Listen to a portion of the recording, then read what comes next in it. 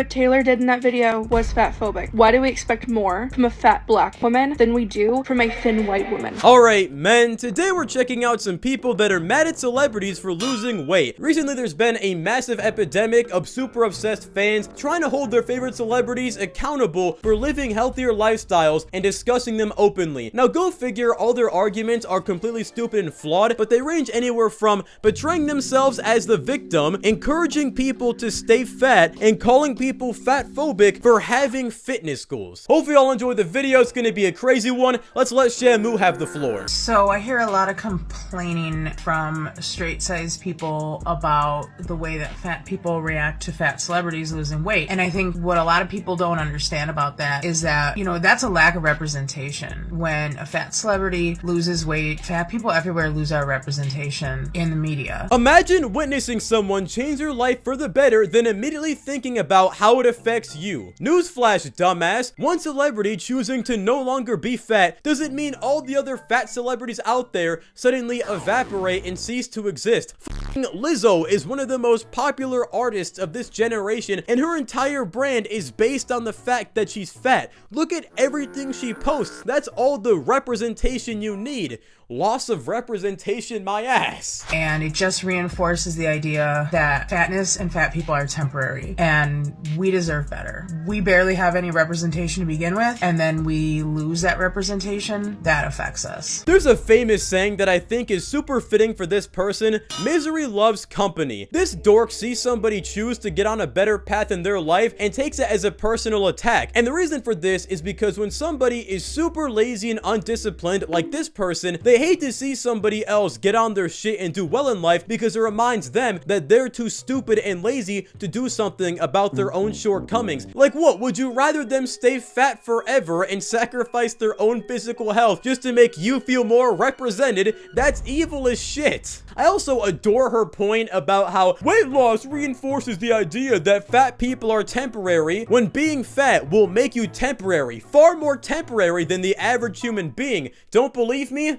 Yeah. So, intentional weight loss, so you purposely saying, I want to lose 20 pounds, is fat phobic. And you might be like, what? Oh my goodness. I'm not trying to be fat phobic, but you are. You're being fat phobic to yourself. Why do you want to lose 20 pounds? I don't know, maybe because people are sick of being fat. Maybe they want to feel some self-respect and not revolt in disgust every time they look in the mirror and see their gluttonous belly staring them in the face. Maybe one of the multiple health benefits of being in shape looks somewhat appealing to these people. There's a million reasons as to why someone would want to lose 20 pounds. Who gives a shit? I would argue it's way more self-hateful to treat your mouth like a dumpster than to take self-accountability and fix your life by pursuing some fitness goals. I am so sick and tired of these stupid ass terms. Oh, fat phobia, you're not allowed to lose weight, you have to be a whale just like us. Like, damn, so much for body positivity. You're calling people fat phobic and shaming them for wanting to live a healthier lifestyle. Shut the f up. It's probably to fit into something smaller. It's probably so people treat you better. It's probably for all the reasons that fat folks are shamed simply for being fat. These are all completely valid reasons for wanting to lose weight, especially for gaining respect. This one's gonna be a tough pill to swallow, but I'm gonna say it anyways because it's true. People may tend to respect you less when your body is a physical representation of a severe lack of self-discipline. They may not vocalize it or really notice the less respect they have for you, but based purely on first impressions alone, this guy walks in the boardroom versus this guy walks in the boardroom. You're crazy if you tell me that one of these guys isn't gonna automatically be taken more seriously and be respected more because they are in shape. So by continuing to perpetuate that, right, seeking intentional weight loss, we are contributing to our fat phobic society. So that's why intentional weight loss is fat phobic. All right, you heard it here first, folks. Get fat and completely out of shape. Exist with a heightened chance of heart disease and dying super early. Why? Because we're gonna take down our fat phobic society by not having one because everyone drops dead by being so fucking fat. Ah, but that's not what she's saying, man. You missed the point. Well, then what else is she saying? If losing weight is fat phobic and fat phobia is so bad, the logical conclusion is to stay fat and unhealthy to avoid being discriminatory by losing weight. What a joke of a video, dude. A complete antithesis to any self-improvement. Alright, so a little backstory for this next video. Taylor Swift dropped a music video a few months ago, during which she stepped on a scale, and instead of the scale reading her a number, it read the word fat back at her. It's like a little symbolic message of how she viewed herself at the time, which was fat. And leave it to TikTokers to get mad at Taylor Swift and demand an apology for having her own body image issues. I couldn't even finish this video. It was so frustrating. Positioning the two is like, what side are you on? Is bullshit. I literally can't stomach it.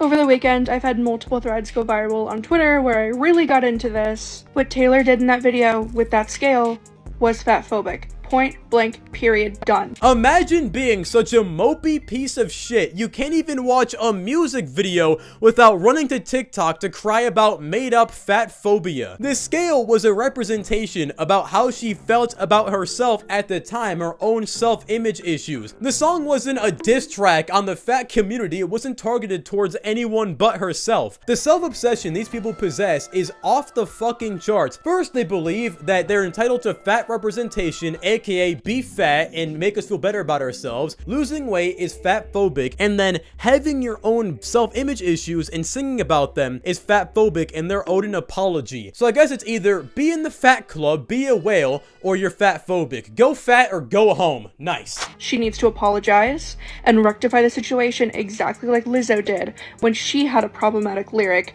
inside of her video. Why do we expect more from a fat black woman than we do from a thin white woman? What?